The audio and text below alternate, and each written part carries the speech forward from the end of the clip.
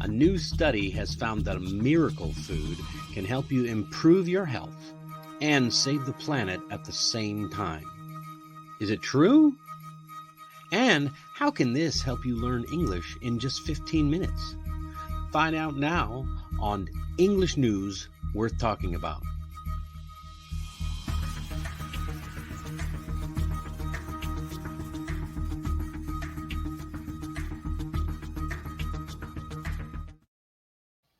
Hey, I'm Dennis Wilborn, the former sailor turned entrepreneur and English coach.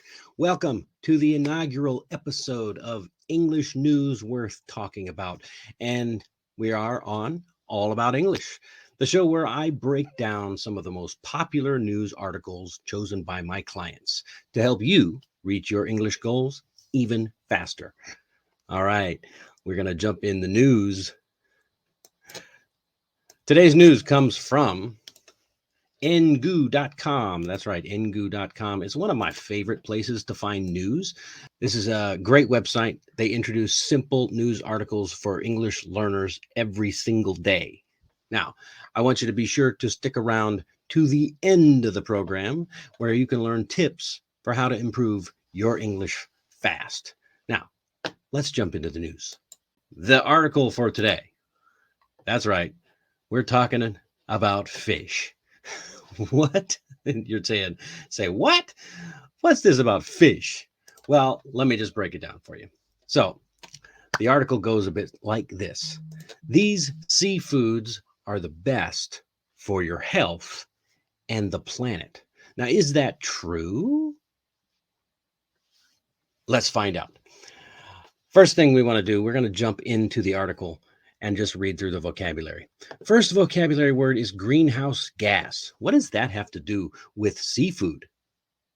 We'll find out. But if you don't know, a greenhouse gas is any gas that traps the heat in the atmosphere, and these are linked by some scientists to global warming.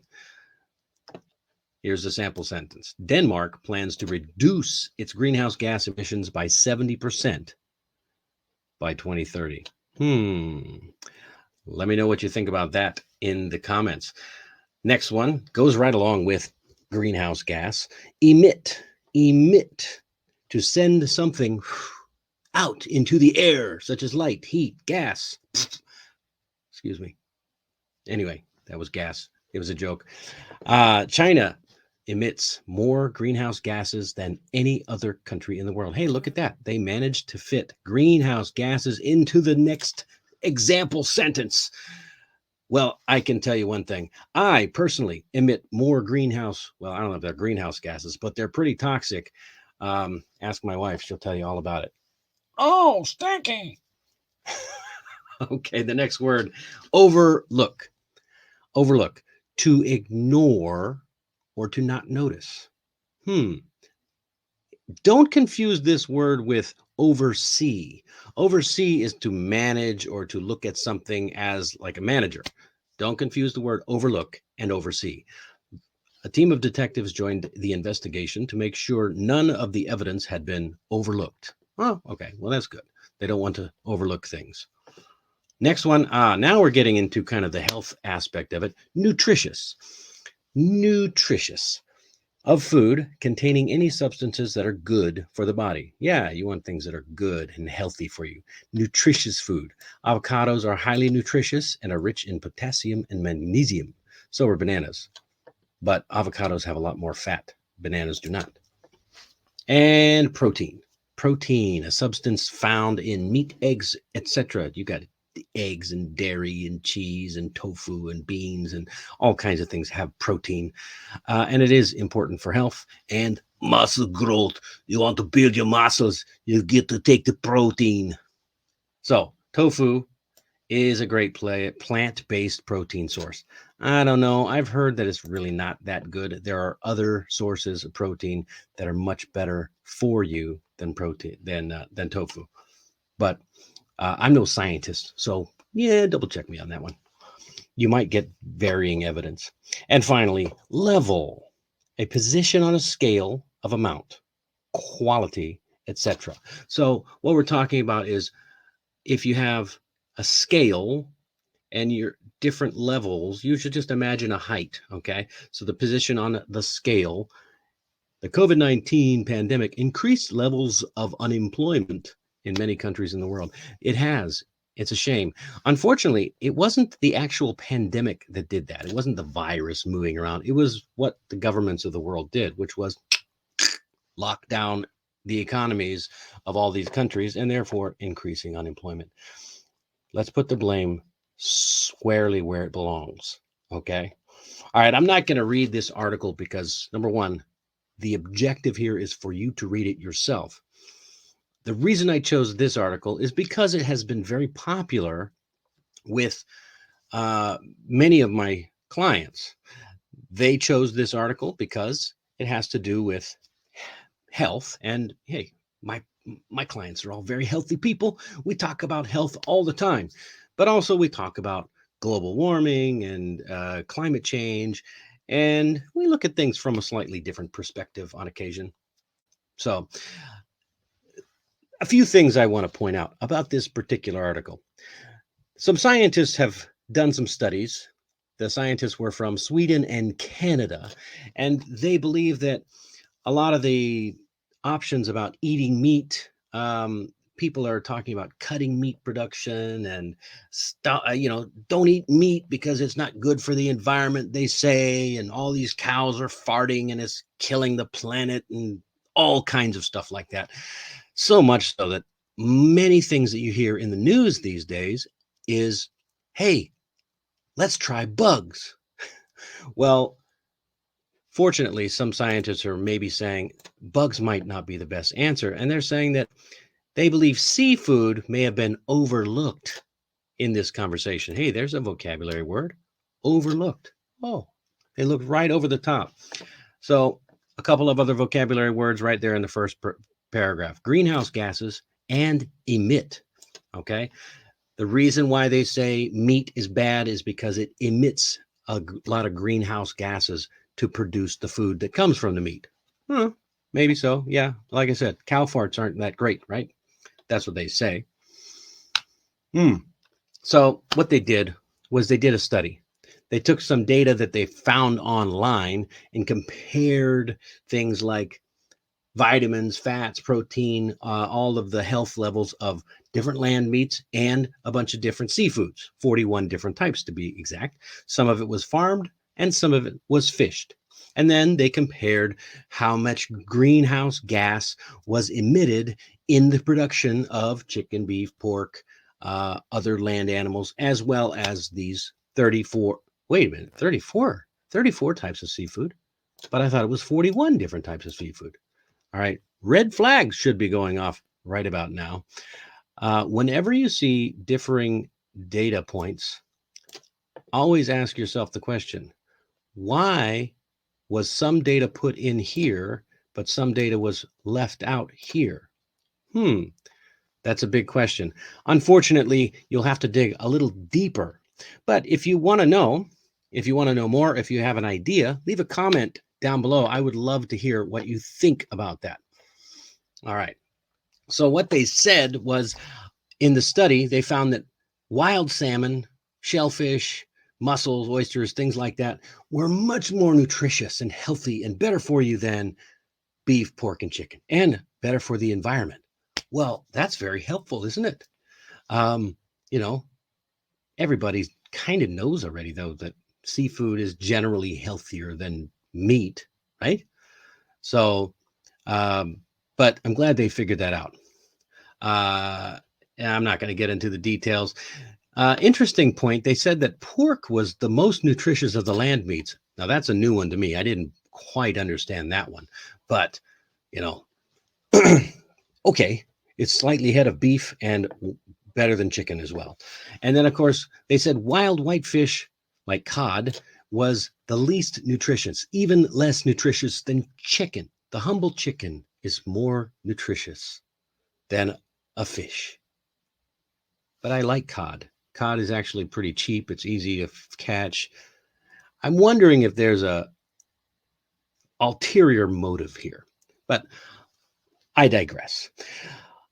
One of the problems that I have with this article, and I mentioned it to several of my clients, is that there are some discrepancies in the facts. You'd have to look at the study yourself. They didn't actually go and physically study, they just found stuff online and compared the data. Eh, that's part one. Part two, that is a little bit confusing to me, is I grew up in a time, all right, I grew up in the 80s and 90s, so I'm dating myself, but everyone was always talking about how fish was something to be preserved. You got to take care of the fisheries. You got to take care of, make sure that all the fish don't get overfished because we could end up with too many fish. Ooh, or not enough fish. That's what I meant to say. So if we end up with not enough fish, then we're all in trouble. That's part of the reason why fish is so expensive. Why is fish more expensive than meat? Oh, that's right. Because meat is easy. Meat's something simple. You go out, you catch it, you farm it, you put it all, you just have to go out into the pasture, take the cow, take it to the shed, boom, you're done. Some places like here in Korea, where I live, they actually just raise all the cows in a barn and they never actually leave. They just sit there and eat all day long, which explains why they've got such great marbling. Uh, Same thing with pigs and chickens and all that stuff. They're easy to grow and they're cheaper than fish. Fish, you actually have to go out and catch on a boat. I wonder if that's why they left some fish off of the environmental scale. Is it because boats make a lot of pollution? Hmm, possibly. I don't know. It doesn't mention it in the article. So it looks like the rich people can save the environment by eating fish, because the rest of us won't be able to afford it. With the cost of fuel rising, we'll just be stuck eating the bugs, I guess, unless we can figure out some other solution. Hmm, maybe maybe farming isn't such a bad idea after all. Let me know what you think in the comments down below. We're going to move on to our tip for today. The tip for today is how to read English, and how to improve your English speaking by reading. So here's how you can read the news and help you learn English. Step one, number one, what you want to do is examine the titles, the images, and other details, like the author's name, the date, and things like that. Once you have those basic information, make a speculation or speculate or guess what the article is about, what the article will cover. Think about what it is that you're going to be reading about. Make a prediction. Then, when you go to step number two is where you actually read the article. And you keep in mind what you've predicted when you're reading. Okay, you want to read the article without stopping. Read through slowly, but not too quickly, but not too slowly. And you're going to avoid stopping to use the dictionary. You're not going to look things up, because when you do that, it makes you read more slowly, and it will find it more difficult for you to recall what you have read if you keep stopping to look things up, look up words and stuff. So read through the whole thing, then check your prediction when you're done. Was it accurate? After you do that, make a sentence and briefly summarize the reading. Briefly summarize. You make a sentence or two to summarize what the article was about. And then finally, you go back, and step three is to reread the article and pay more attention. Now, keep in mind the title, the first sentence, or the first paragraph of a newspaper item or an article. That is frequently where the the key concepts are going to be located. Your main point is located in that first few words and sentences. Now, check any words in your dictionary or online that you still don't understand. Okay, this is the time to look up the words that you don't know, because you already understand the article's basic idea. And this will make it easier for you to understand and comprehend the meanings. Plus, if you find words that have like 5 or 6 different meanings, or even 2 or 3, you'll know which meaning fits in with that spot, with that word. All right. And finally, write down those words and try to put those in a sentence. Okay. Look, if you're reading an article, maybe you read this one and you want to read through it. Leave a post in the comments or send me a message if you have any questions about what you're reading. If you have any trouble understanding, and you'd be surprised. Either I'll answer or maybe some smart person in the comments will join in. That is my tips for reading and using the news to help you learn English. And most importantly, when you are reading, if you want to maximize the language development in your brain, okay, read out loud. It doesn't matter what you're reading. If you are reading in English, try to read out loud, because it's going to train your mouth muscles. It will train your mouth muscles to use the words rather than just your eyes to recognize the words. Your mouth and your ears will gain understanding, and your total English ability will grow as you read. All right. Now, moving right along to our idiom of the day. Our idiom of the day. Say what? All right. This is a little word, a little expression called tide over. It's actually an idiomatic phrase. It's a word and a phrase that we use to describe something that's going to help you through a hard time. Okay. This phrase actually comes, I like this phrase. I chose this phrase because I'm a sailor. It actually comes from way back in the 1600s, when sailors didn't have engines on their boats. They had to use the wind and anchors and the tide. So they would actually tide over obstacles and into bays using the tide as it was going in and as it was going out. If there was no wind, it was very helpful to do that. So in order to get over an obstacle, they would actually tide over it. Nowadays, we use the expression something like, hey, let me loan you some money. Let me give you some money to help tide you over through this hard time. Or let me give you a small loan to help tide you over until the next payday. Or something I say to my kids, here, have a little snack. It'll tide you over until dinner time. Leave a comment down below. Tell me how you would use the idiom tide over, or tide someone over, if you get a chance. All right. That's all the time we have for today. Thank you very much for watching. I am Dennis. If you enjoy this content, don't forget to like and share and subscribe. I really appreciate it. Check the description down below if you'd like to have a news conversation with me or with others on